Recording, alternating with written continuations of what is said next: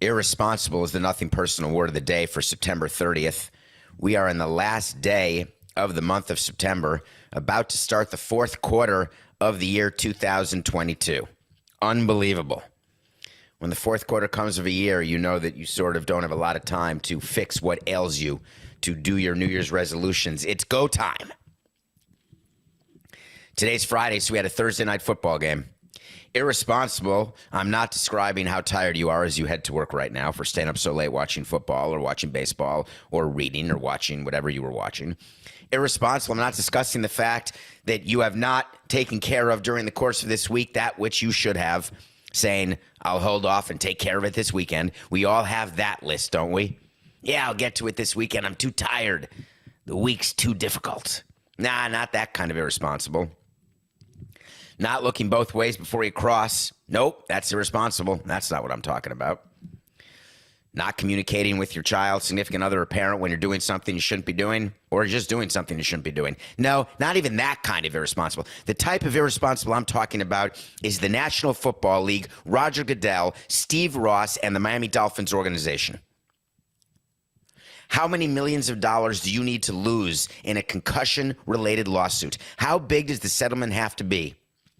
How many programs do you have to start and speeches do you have to give about how much you care about player safety? How many times do you have to lie to us and tell us that the player, that's what we want to care about? The health of the player. Last week, which is not even last week, today is Friday. There was a Dolphins game yesterday. Tua played last Sunday. Wobbling around, it's all over the internet, saying, oh, it was a back problem, not a head problem. Go listen to yesterday's show that we did at the end, and we explained, no, that was not a back problem, that was a head problem. Yet, we said he'd play, and wait to see, he played. And everything's going great until, wait a minute, it's football. It's violent, and he got snapped like a twig on a sack. His head hit the ground, and all of a sudden the cameras were looking at Tua, who wasn't moving, and his hands were locked up in neurological shock. Crooked. People were looking away. They were so scared. Run on the field. Medical personnel run on the field. He's down for minutes, not seconds. 10, 12 minutes, taken off on a stretcher, and all of a sudden I could see what was happening. NFL PR people, Dolphins PR people, the commissioner, even Steve Ross, suspended Steve Ross, everyone is getting together because they need a story. The story can't be, yeah, we had some questions about whether Tua would play, but just keep in mind, it was his back. This was a one-off event. We are very worried. Keep the message. Keep on message. We are very concerned about Tua, and we wish him a speedy recovery. All management did after last night was CYA. That's it. Meanwhile, you had the players' union who immediately said player health and safety is at the core of the union's mission. I wouldn't say it's at the core of the union's mission, but I would say it's a part of the union's mission.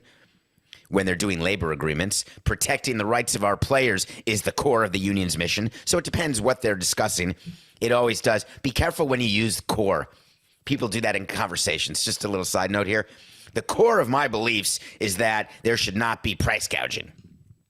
The core of my beliefs is that a woman should have a right to choose. Don't overuse core because your core is not that big, not that strong. I mean, some people's core is really strong. So when you say in a statement that something's at the core of your mission, just be aware that you could subject yourself to a little old takes exposed. Our concern, they continued tonight, is for Tua, and we hope for a full and speedy recovery. Ovs, anybody hopes for a full and speedy recovery. Our investigation into the potential protocol violation is ongoing. Ongoing.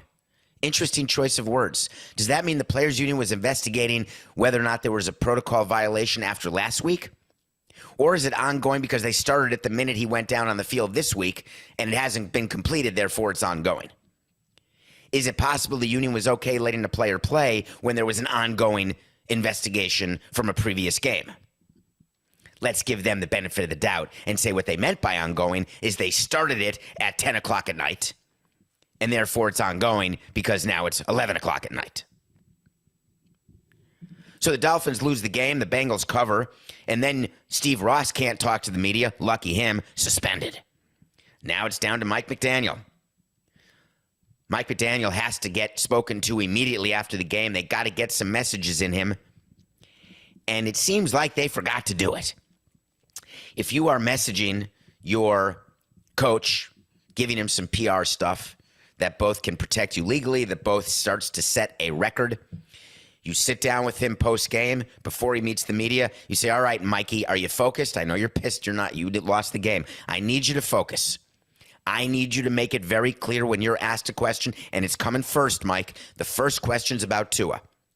I need you to answer and make sure in your answer the following things are said. 1, Tua was cleared to play by both Dolphins team physicians and NFL independent physicians. 2, there is no way that the NFL or the Dolphins would ever let a player play who had in any way had a head injury that was not just cleared, but that on game day was absolutely cleared. He was ready to go. 3, the hit that he took, we're not aware yet what happened because it looks scary, but we're not aware of what happened with his fingers, whether that was related to a back injury, whether that was related to the hit he took on the head tonight. What happened to him is not related to what happened to him last week. Then we hope he has a full and speedy recovery.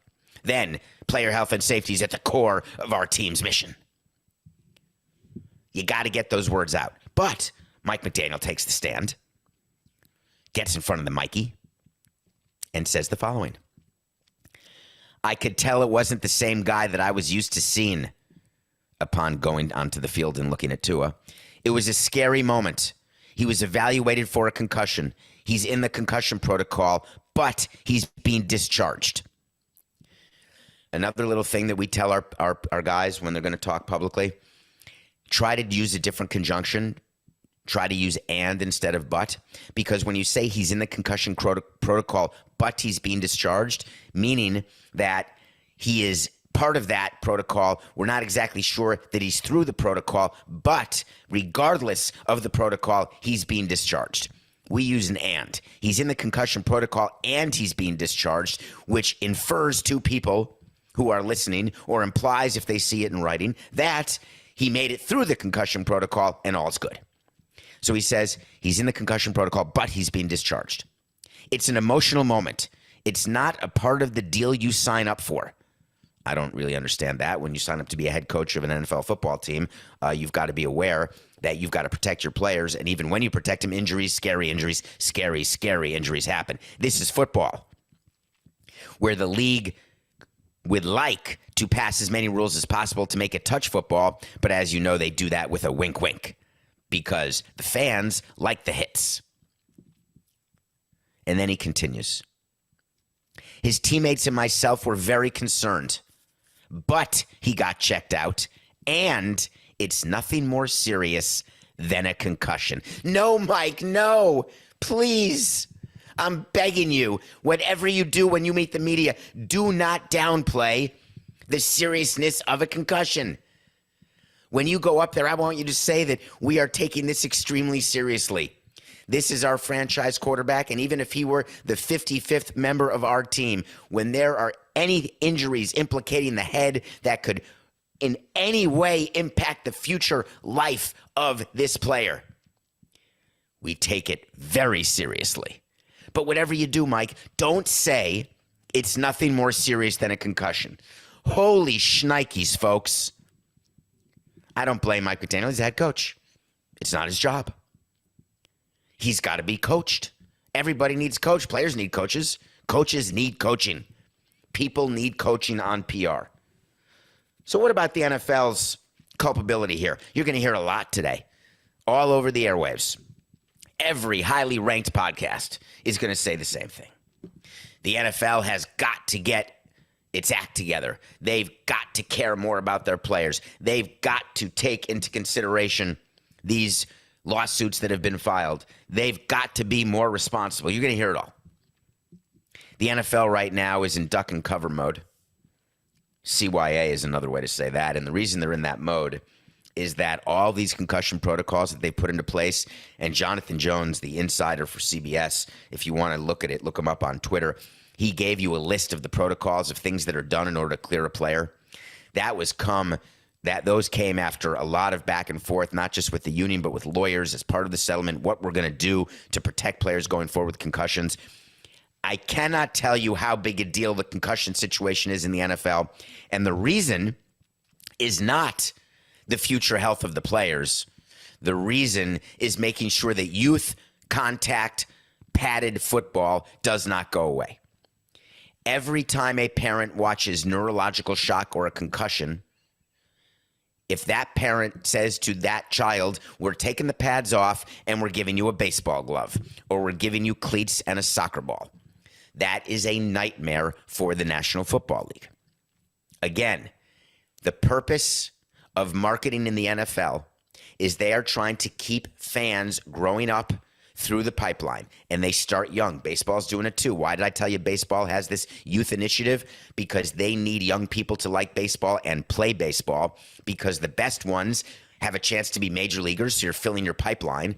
And the other 99.9% are fans of the game because they've been playing it since they were young.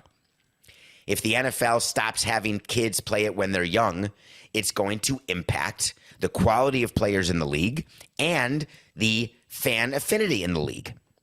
To which the NFL has always responded, that's not true, Dave, because everyone gambles on our league. Everyone plays fantasy football, so therefore it doesn't matter if nobody plays youth football. There'll still be players. The top players will go. We just won't have as many youth leagues. And there'll be young players who may choose other sports, but they'll be noticed by someone along the way and say, hey, put some pads on. You could make some money. That's a little dirty secret that leagues do, where they're just aware that the best players will eventually come to their league because someone out there will recognize their talent and say, hey, we're good. You're good. Get ready to play. The NFL has a problem. Their level of irresponsibility as it relates to Tua now will lead them to be overly cautious with Tua regardless of what the Dolphins want to do. To think that Tua is going to play next week, I'm not even going to mention it. There is no chance, and I will say it now. Bring it on, OTE. Bring it on. That's Old Takes Exposed. Tua will not play next week. Here's another one. He won't play the week after. If you don't sit Tua for about a month right now and clear the cobwebs, then you are risking serious litigation. I believe that they have painted the legal canvas properly, relating to the back injury, relating to the fact that he was cleared. I believe that there is not a chance to argue persuasively causation between last week's injury and this week's injury. I can tell you they have to be related. But legally, I'm talking from a liability standpoint. Money, I don't believe that there is that ability. However, if you play Tua again after what happened this week, then the liability opens and grows like a fungus. Therefore, you're going to be seeing Bridgewater, not Tua. I don't know when their bye week is, Coca, but I'm saying a month. And it's still irresponsible. Nothing personal, word of the day. By the way, on a sort of side note, which shouldn't be a side note because I should have led with it, right? I hope for a full and speedy recovery for Tua. You know what I don't hope for? I hope for no long-term contract for Carlos Correa and his agent, Scott Boras. That's what I hope for. I don't often root against players. I'm rooting so hard against Correa right now that I can't describe it. Carlos Correa is the free agent from last season who Scotty Boras promised a long-term deal, couldn't get it. So he ended up going 1 year with Minnesota. Got a huge sum of money for 1 year. Everyone was all excited in Minnesota. This is great. During the season, Correa said, I like it here. I have found 9,872 lakes, and I still have 128 to go. I've got years left here. I'm excited. It's interesting. What a team we have. We're going for it. Meanwhile, they've stunk. They're not missing the playoffs. Carlos Correa gets interviewed yesterday, and he had a quote. It must have come from Scott Boras. Now, it was an interview, but Scott Boras must have had like an implant in his ear. So on August 23rd, this was his quote. I'm with the Twins right now, and the goal is to build something special with the organization and hopefully be here long-term with the Twins. Right now, I see myself playing with the Twins for a long time. I don't know how many more times I have to tell you, as my loyal Nothing Personal audience, every player says when they're an impending free agent, I love it here, I want to stay here. Everybody says it because they want to get the offer that they can then have one in the bag that they can then go shop to get more to leave. Everybody says the same thing. So I'm not criticizing Correa for his thoughts on August 23rd. But here we are, September 29th. Well, today's the 30th, but he said it the 29th. Ready? Here we go. You know how Scott Boras, when he meets the media, if you go search like Scott Boras quotes on the Google, it's right in the dictionary under asinine, mixed metaphors, superlatives that are not earned but spewed. He'll draw examples. Go back like when he talks about his free agent class or talks about a play. I can't even think of them because I put them out of my mind because they're so ridiculous and so demeaning and so lacking in any intellectual capital. Anyway, Carlos Correa says the following. When I go to the mall and I go to the Dior store, when I want something, I get it. I ask how much it costs, and I buy it. If you really want something, you just go get it. I'm the product here. If they want my product, they've just got to come get it. That's Carlos Correa, ladies and gentlemen, the leader of your Minnesota Twins heading into 2023. And you wonder, oh, come on, Coca. Ready? 4, 6, 9. There it is, folks. That is the leader of the Minnesota Twins heading into 2022. Signed to a one-year deal, brought to you on a silver platter by the great Scotty Boras, making your team a competitor. That's who you bet on, folks. The guy who feels this. This is the real feeling that comes from Boras to his clients. You better know what I'm worth and you better pay what I'm worth, because if you want a deal in the discount section, then you're in the wrong store. Of course, in his quote, he mentions Dior. If you really want something, you just go get it. How many of you, if you really want something, can just go get it? Do you think that that's what the Twins can do? Carlos, we really want you. We're just going to go get it. That's code for you better overpay for it. Are you okay overpaying for things? Do you think baseball teams are okay overpaying for players? Some of them do it, but do you think they're okay with it? Do you think Carlos Correa has done anything this year that puts him in a position to say what he just said? What exactly have you done with your team that would indicate that they should just go get you? Here's what I would respond were I to be the president of the Minnesota Twins, and you're damn right I would respond. I would call the media, and I would say, I've got a few thoughts about Mr. Correa. We're pleased to have had him this year. I do not see a scenario under which he returns to the team.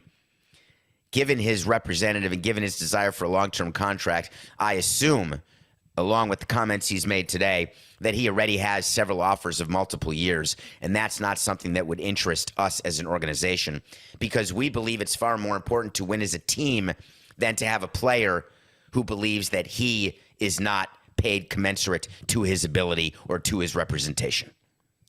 Carlos, thank you for the memories. See you later. By the way, I'm not playing him the rest of the year. I'm sitting him. Done. I don't even want him on my workman's comp at the end of this year in case he gets hurt. The Twins are out of it. There is not one reason in the world that he should be a Twin this week or next year. I'm going to give you a wait to see today where I tell you something's going to happen. Sometimes it does, sometimes it doesn't. Carlos Correa will not be a Minnesota Twin in 2023. I have too much respect for the people who run that organization, and they have too much respect for themselves They will not re-sign Carlos Correa. $35 million right down the drain. Okay. Carlos Correa. All right, let's take a break. I watched a show that I'm going to encourage and hope that you all watch. We're going to review wedding season when I come back, and then we're going to talk about what's going on in Philadelphia, because I don't know that I've seen a choke like what the Phillies are doing since the Mets choked the division in either, what was it, 07, Coco, what was it, 07, 08, 06, 07, 08, when the Marlins seemed to eliminate them at the end of every season. It was one of those 3 years or multiple years. So my guess is 06 for sure. But in any case, what the Phillies are doing is staggering, and we're going to talk about why. We'll be right back. Welcome back to Nothing Personal. It's Friday, the final day of September, which means tomorrow's the first day of October. When you say October, let's play word association game. Ready? October. What's the first thing that comes to your mind? What percentage of you, when I say this, maybe we'll do a poll on Twitter. When you say October, what is the first thing that comes to your mind? For me, the first thing that comes to my mind is Major League Baseball playoffs. For you, you may say it's Halloween, or you may say it's your birthday if it's your birthday. But in reality, for me, October, playoffs. Get ready. Wedding Season is a show on a channel that I can't tell you because I didn't write it down. Starring two people who I can't tell you because I didn't write it down, because it doesn't matter. It's people I've not seen before, and that used to mean something to me. There's been a big change in streaming. It used to be that I needed celebrities to open a movie, right? You had Tom Cruise, or you had, Julia Roberts or George Clooney, and they opened a movie, and that's what drew people to the movie. There are certain celebrities whose movies I will see no matter what. But now with streaming and with all the content out there, I'm more interested in good content. I don't need to have heard of the people. So I'm on Netflix and I see this thing called Wedding Season. I'm in, right? The reason I'm in is wedding season, October. That's a great time of year to get married. You can go to places. You can have destination weddings. You can do all sorts of different stuff. So this is a show about an entire season of weddings where two people go to weddings together, except they're not together. I've seen movies like that. One of them is getting married. The show starts with her at her own wedding, and the guy interrupting the wedding, which doesn't happen in real life. Is there, for any reason, these two people shall not be married, speak now or forever hold your peace. I've been to a lot of weddings. I've been to a lot of first weddings, been to some second weddings, been to some third weddings. Never seen that before. I've always pictured like someone coming in, riding in on a little white pony and saying, I'm going to sweep you away if we ever find the lady. Oh, hello, lady. So he comes in and he says, I object. And that's it. The show starts. It turns out that the bride and this guy had been having a fling at each of the weddings. And then before you know it, we got a murder plot. Half the wedding guests croak. And of course, the suspect is the guy who wanted to interrupt the wedding. The characters who play the detectives are two of the great supporting characters in a show I've seen. The star, female and male, are superb. This is right below Emmy consideration. That's how good the 10 episodes or 8 episodes are. Wedding Season is like sort of 4 weddings and a murder, 4 weddings and a funeral, but it's not a funeral, it's a murder. There's chases, but not like car chases, but there are people who are trying, it's on Hulu, not Netflix. There are people who are trying to catch the bad guys, and they're on the run. And the bad guys, are they bad? Are they not bad? Is there something more going on here? Is there a criminal element to this? Is there a mafia element to this? There's so many different things, and each episode is so spectacular. Yes, there is a movie called Wedding Season on Netflix, Coco, which I haven't reviewed yet, but I have watched. Wedding Season on Netflix, as a matter of fact, is really good, and it's on my list for people on Nothing Personal with David Samson YouTube channel. This is the list. I've shown you this before. If you look now, you can see the list of all the movies I've seen, and if there's a star next to it, that means that I've reviewed it. But if there's no star next to it, it means that I've watched it, and it's in the queue in case I'm looking for a movie to review. And the way I find it, like I'm going to show you Wedding Season right here. If you can see Wedding Season right there, take a look, unstarred. But that's not what I'm talking about. I'm talking about the Hulu show. I could review both right now, Coco, but we got to get to Philadelphia. I'm going to save it. Although Wedding Season on Netflix is really good too. But Wedding Season on Hulu is the show. Go check it out right now. My daughter told me to watch It's Always Sunny in Philadelphia. And I've never seen one episode of it. I put on the first 12 minutes of the first episode of It's Always Sunny in Philadelphia yesterday as I was recovering from a complete anal violation at the hands of a gastroenterologist. Don't worry, folks. Nothing personal is not going anywhere. I'm A-okay, feeling a little skinny, though. So I put on the episode. Maybe I'm still a little on the medicine, on the anesthesia. But the first 12 minutes of the first episode, I think the name of it was The Gang's All Racist. And it didn't seem to age well, the first episode. Maybe I got to give more episodes a chance because there are people, like my daughter would say, it's one of the funniest shows ever. But maybe that's when she watched it and hasn't watched it since. Who knows? So there's my second poll. Not just what does October mean, what do you associate it with? Should I watch It's Always Sunny? Coca, make sure you weigh in on that because you're my sensei when it comes to this. What is going on in Philadelphia? It was only 3 weeks ago that I thought that Rob Thompson would have to get special consideration for Manager of the Year.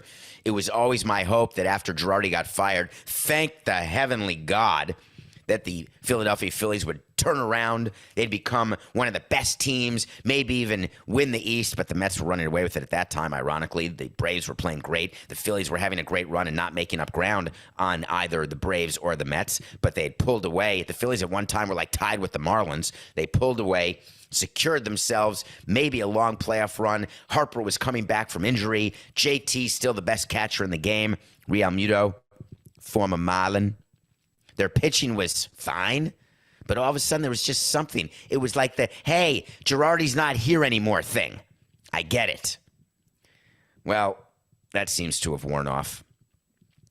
I have a wait to see that the Philadelphia Phillies are not going to make the playoffs. I put that in quite a while ago. I really didn't think they would. They're in a position to make it now, and the reason they're in a position is that the Milwaukee Brewers are choking away a playoff spot. The Philadelphia Phillies are begging the Brewers to make the playoffs. They're literally begging. But the Brewers lose every time the Phillies lose. If you're the Phillies, you got to start saying, wow, I think it's meant to be that we're going to be the wild card. That they're going to have to play the division winner. Who are they playing? They'd have to play the division winner in the National League, not the Mets and not the Dodgers, which means the NL Central, the Cardinals. Oh, God. That'll be a wild card series loss for the Phillies if they have to play the Cardinals. But what exactly is going on in Philadelphia? So I've come to a conclusion, having watched this team for so many years. They've got, if Seattle makes the playoffs, I believe the Phillies will be amongst the longest drought in the game. If the Phillies don't make it, I believe the Phillies hold the longest drought in the National League, which was held by the Marlins, but that short season 60-game sprint enabled the Marlins to cut that streak. So I think the Phillies have the streak. The Phillies have lost 5 in a row. They're 3-10 in their last 13, and they can't score. They literally cannot score.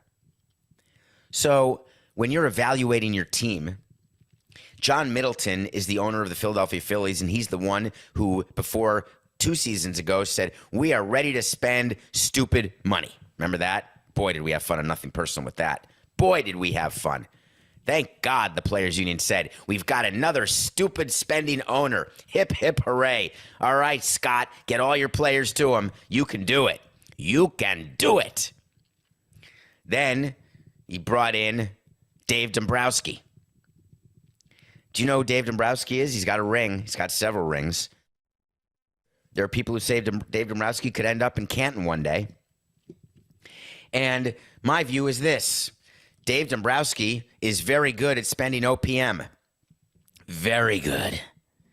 He likes it. If it's someone else's money, he's going to spend it. We inherited Preston Wilson contract and a Charles Johnson contract when we took over for Dave Dombrowski and had to. I'm very happy for Preston and Charles, two of the nicest, greatest people in the game, but those contracts were not marked to market as far as we were concerned.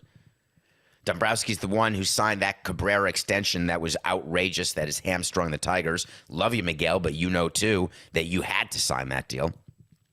Listen, the only one I signed like that is Stanton. No other contract is franchise crippling that I've done. Some of them sucked, but I'm talking about when you add up crippling and suck, that's a problem.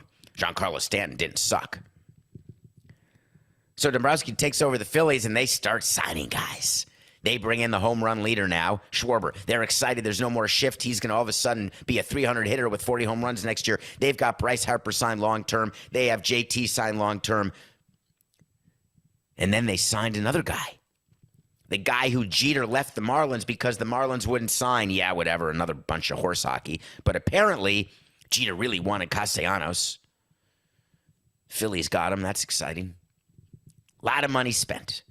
John Middleton is an owner who is, of all of the owners, if I were to rank them 1 to 30, he is in the top quartile of desperate. That is a committee you don't want to be on. The desperate committee are the owners who have not won a World Series, who feel as though after 11 years of not making the playoffs that they've got to do something to show their fan base that they are caring and they want to get fans back in the stands. They've got the money to do it. He is newly taking control of that team in the last 10 years, I'd say, and has not sniffed any success. And he's got money, and he's okay with his team losing money, which he shouldn't be because he has access to capital, which he does. That is a players' union's best owner. But a desperate owner, as we describe them in front offices, is an owner that's going to make it harder for us to win. It's an owner that's going to make it harder for other teams in the NL East. It's going to make it harder for other teams in baseball to win because not all teams have permission or the ability to be stupid. And what Middleton has done is given his GM, Dave Dombrowski, permission to be stupid, permission to overpay, all in the name of winning. But what happens when you overpay and don't win? The Phillies are not in a position where they're going to start a rebuild again. They can't. They are doubling down on this group of players. They're doubling down on the position they're in. What do? Well, you get rid of Joe Girardi, even though in the beginning of the season, John Middleton said, hey, we've got the number one GM, the number one manager, the number one players. This is our time. Well, it wasn't their time, so they get rid of Girardi. Now what? Rob Thompson is finished. They've got to figure out a way right now, to bring in a different manager, and they've got to figure out a way to quiet Dave Dombrowski. And I'm not suggesting they fire Dave Dombrowski. I would not ever suggest that. But the ability to write blank checks to bring in free agents, that's not how you win. Take a look at this Philly team. There's something wrong with the way it's constituted, and everyone in the industry knows it, but nobody who wears a Phillies uniform or a tie knows it. So all that's happened with all this losing is Rob Thompson has made it so his interim tag is going to be lifted, and it's going to be turned into former interim manager. There will be a new manager. I'm going to, let's double up the wait to see, by the way. If the Phillies miss the playoffs, Rob Thompson will not be retained by the Phillies. I could even go deeper. If the Phillies lose in the first round to the Cardinals, Rob Thompson will not be retained. Okay. Nothing personal, pick of the day. I felt badly winning the pick of the day because I felt like I won it for the wrong reason. I actually thought that Tua would be outplayed by the Bengals because I think the Bengals are a better team, and I thought that the line was not commensurate with what it should be because everyone's so excited that the Dolphins were 3-0 and maybe the first undefeated Dolphins team since 72. Well, the Bengals were favored by 4, and they won by, 11, 12, 26-15, 27-15. We're 112-85. We got a big weekend ahead. This is the last weekend of the season. Do you remember when the season first started in baseball and we're previewing and we're talking about it and you've got 162 games in front of you and the announcement was made when the lockout ended? We did it on one of the shows. My guess is it was a show in March. which is whatever, 3, 9, 6 months ago, half a year ago. That's a lot of shows ago, Coca. And you talk about there's going to be a series added on at the end of the season. So the season is going to end on a random Wednesday is going to be closing day, right? October 5th, just random. And it seems so far away. It's here. There are 26 weekends of a major league season, and they just like that. Zap. So what series are we watching? Yeah, I'm watching Mets and Braves. Yes, I am. That's pretty exciting stuff. I'm watching the NL wild card to see whether or not the Phillies absolutely cave and the Brewers can actually win a game. But that's really it. Not watching anything else. But there's some Cy Young races. I think Sandy Alcantara's got the Cy Young, but it could be Zach Gallen. That's interesting. We can watch them the last week. The MVP race. We got to talk about that, don't we? Are you going to let me talk about the MVP race one more time? Come on, Joe Jackson. One more time. All right, let me give you my picks first, and then I'm doing it. 1, Blue Jays over Red Sox Friday night. If you're sleeping on Alex Manoah, wake up. Wake up. He's one of the top 10 pitchers in baseball. Alex Manoah and the Jays over the Red Sox tonight. Tomorrow's the one game we're going to watch of the series between the Braves and the Mets because you got Scherzer and Wright. Kyle Wright's won 20 games. He's the winningest pitcher. Oh, wins don't matter. I like that. Do you know how many executives in the front office, when they're getting together and evaluating pitchers, say, oh, wins don't matter? It's the opposite. We actually sit down and say, wins are the only thing that matters. Hey, we only won 84 games and didn't make the playoffs, but let me tell you something. We had some great war, and our defensive metrics were number 1 first class. And God, did I really love our on-base percentage? Way to go, guys. And slugging? Hell yeah. You showed discipline. We had more walks than we had strikeouts. Hey, what are you doing in October? Hey, I'm going to my ranch. What are you doing? Oh, I'm going to the playoffs. Maybe wins do matter. It's all about wins. For all of you Ivies out there, it's all about wins. Kyle Wright's got 20 of them. Max Scherzer, ace Max Scherzer. How's he feeling? Is he going to give us length, breadth, depth on all of his pitches? Sorry, Coca. Scherzer over Wright. It's a big series, but who do you want pitching for you in a big game?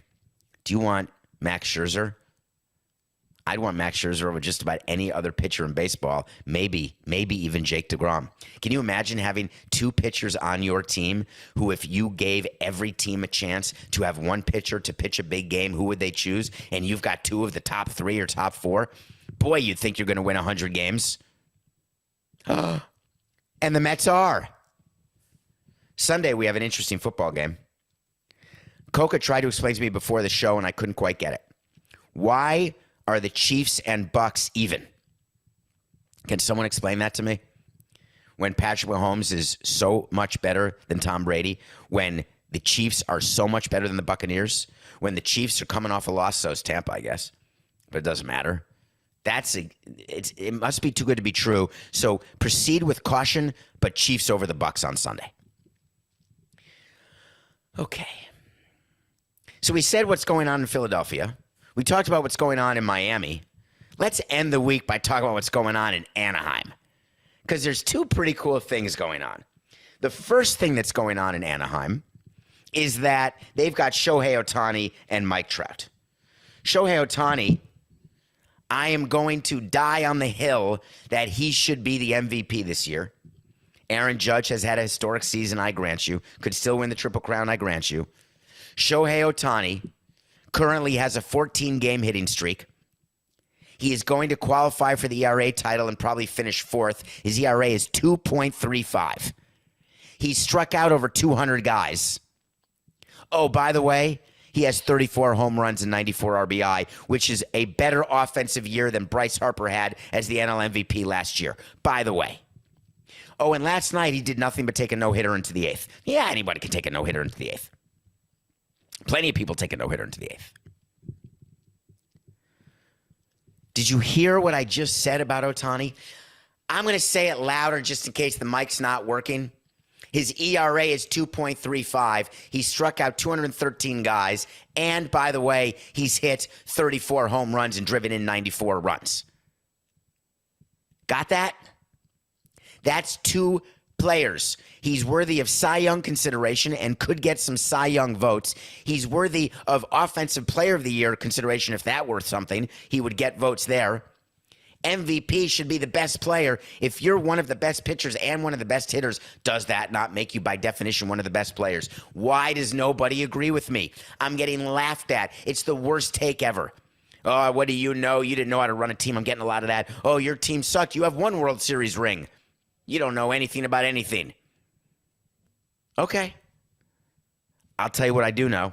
If Aaron Judge wins the MVP unanimously and not one person gives a number one vote, if not one voter gives a number one vote, I will do a show. I was going to say I'd do a show naked, but that's silly. That's not a good thing. Coca, what should I do? I'll do an entire show. How about this? About extolling the virtues of Aaron Judge and how I am not just the worst analyst in baseball, but the worst executive of all time, and no talent, no skill, no able to do anything. How about that? It's not going to be unanimous. Give me a break. Okay. Yes. You got it, Coca. Thank you. I love Coke in my ear on a Friday. You're so on it. All right, so just cut the last 35 seconds, and then we'll start with this, wiping with this. Okay, ready? 4-12-69. If Aaron Judge wins the MVP in a unanimous fashion and Shohei Ohtani does not get one first-place vote, I'm going to give you, both here and on Levitard, the ultimate top 5 list. I will say 5 nice things about Scott Boras. I will reach deep down into the ugly part of my duodenum, and I will pull out 5 nice things about Scott if Shohei Ohtani does not get one first-place vote. I like my chances. So Anaheim is in a situation where they've got a player who is very, very close to free agency. Figure out what they got to do with him. Figure out why they've got 2 of the top 5 players and they can't win. The Angels are having a terrible season again, missing the playoffs again. You remember what happened with Artie Moreno, that he's selling the team. You remember that Artie Moreno got in trouble when he was trying to buy land where Angel Stadium is and do a huge development, and that there was some shenanigans with the mayor. Do you remember that? Remember the deal fell apart? Artie Moreno goes out to buyers, and he says, listen, one of the reasons why you should give me $2.5 billion for my team is look what you can do once I'm out of the picture. We did this with Jeter. Look at how good the Marlins are going to be once I'm gone. Look at how great attendance will be once I'm gone. I was the problem. You're going to be great. So overpay for the franchise because you're going to get it paid back quickly. Great return on investment.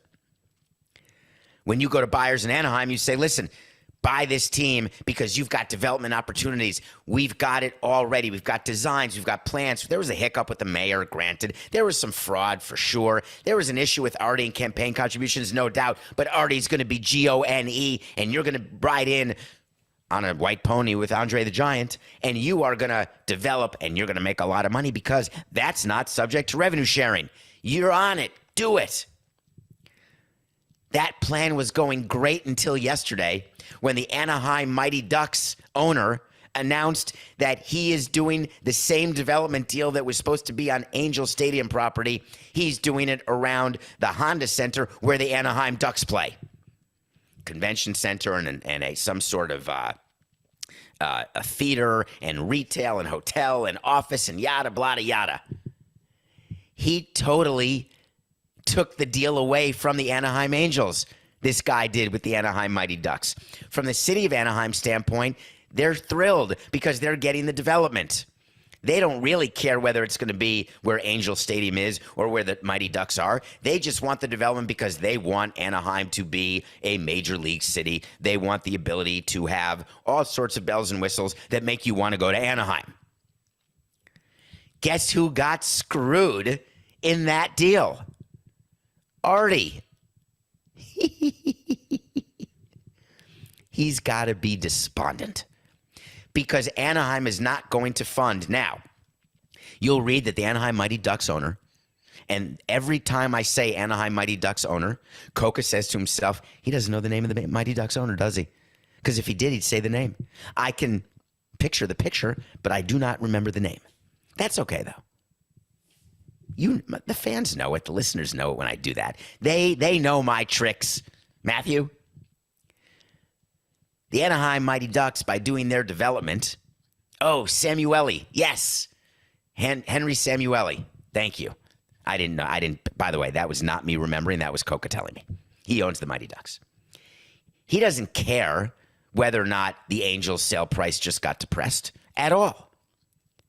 But Anaheim can't do these two types of development, even if they are being privately funded, because they're not being totally privately funded. There's infrastructure, there's tax breaks, there's all sorts of things that are happening. And only one of these projects is happening within Anaheim, and now it's the Ducks doing it, not the Angels. And it was one of the things that Artie was going to other owners, potential owners, and saying, look, opportunity, pay more. Do you know what Henry did after he cut the deal and announced it yesterday? He sent a quick test message. Very quick. Just quick. Dear Artie, it's just business. It's nothing personal.